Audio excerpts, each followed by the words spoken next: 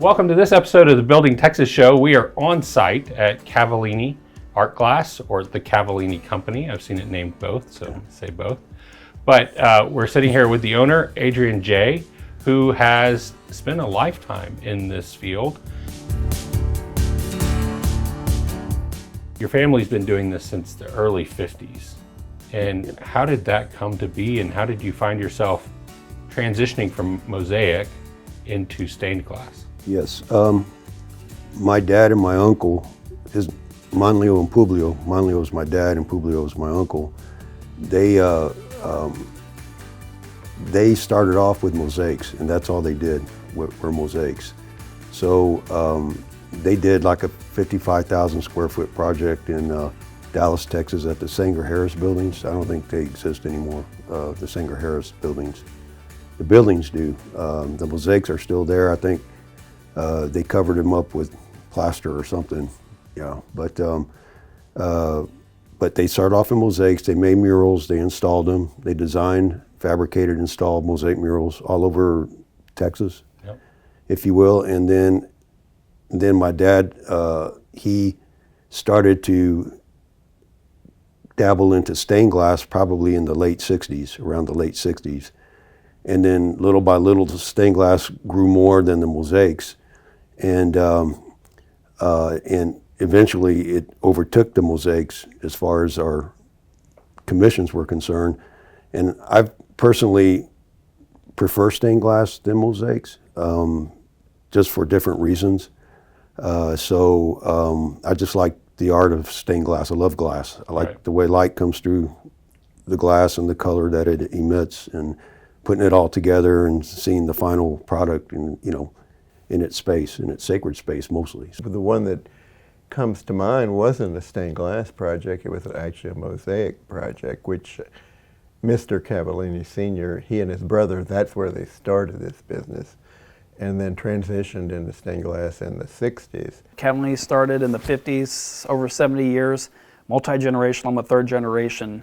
And so through the wealth of knowledge, through the people that work here, and through my father and many of our main people, we've serviced hundreds of, probably thousands of churches at this point.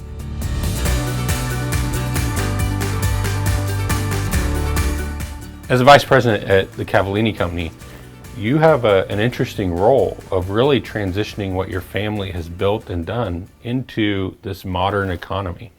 And you're not alone in that. There are a lot of second, third generation families saying, how do we make that transition? What does that look like for you, and what has your experience been?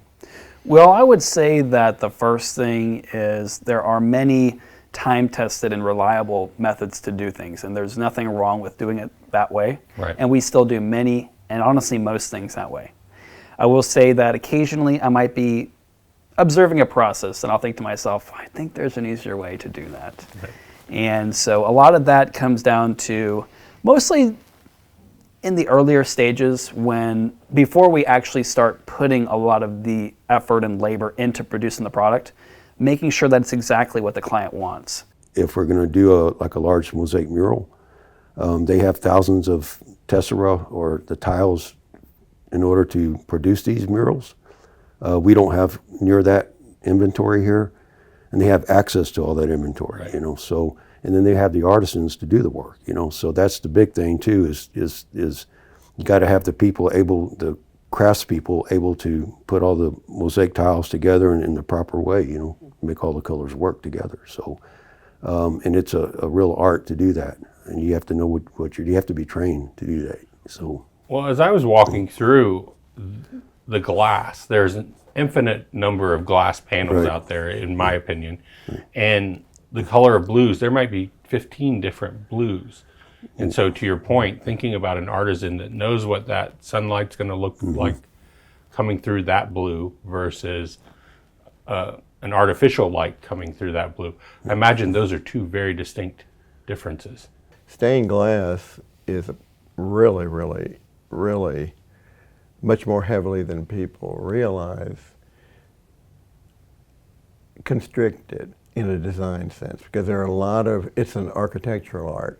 So there are a lot of concerns you have that relate to that, which have really nothing to do with the aesthetics, and that's what gives the window its integrity, is that you've addressed those issues. And in my design process, that's job one. A lot of today's workforce has lost the idea of apprenticeship, and really that's true, coming yeah. in and working with a master or Right. a seasoned employee that understands the craft, that is the artisan. And to your story, learning from those designers, learning from yeah. those skills with your hands, with the glass and with the media. You Yes, yeah. working on a mosaic, I had hair on top of my head right there.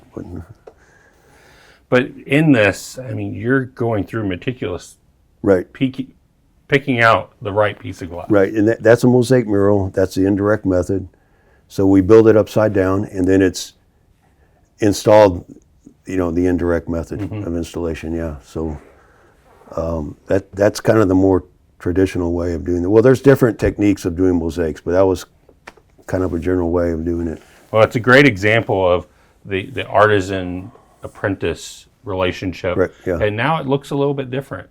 That's right. Yeah. Usually, what happens when you have when you're going to create new stained glass, you look at the quantity of windows, the sizes, and you talk to the parishioners or to the members of the church, and you try to gather all the information from them of what sort of theme, religious theme, that they want to reflect in the windows. And so that's how we mostly develop a theme for the stained glass windows. For example, we'll go like from the Old Testament to the New Testament. Things like, start off with the creation and maybe end with with Moses and the burning bush, and then start the New Testament with the Nativity, something like that, and end it with the resurrection or the ascension. So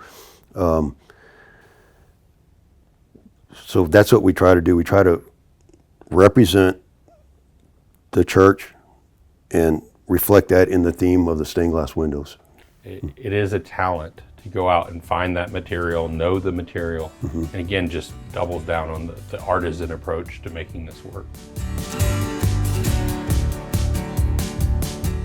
Whether they're the donor that helped pay for the artwork, or they're the parish that made the investment, or they benefited from that investment, it's a meaningful thing. And people do it to memorialize their parents or memorialize their relationship with their parish. And it's a meaningful investment, and it goes a long way. And I'm thrilled to see people moved in that way by the work that you're doing.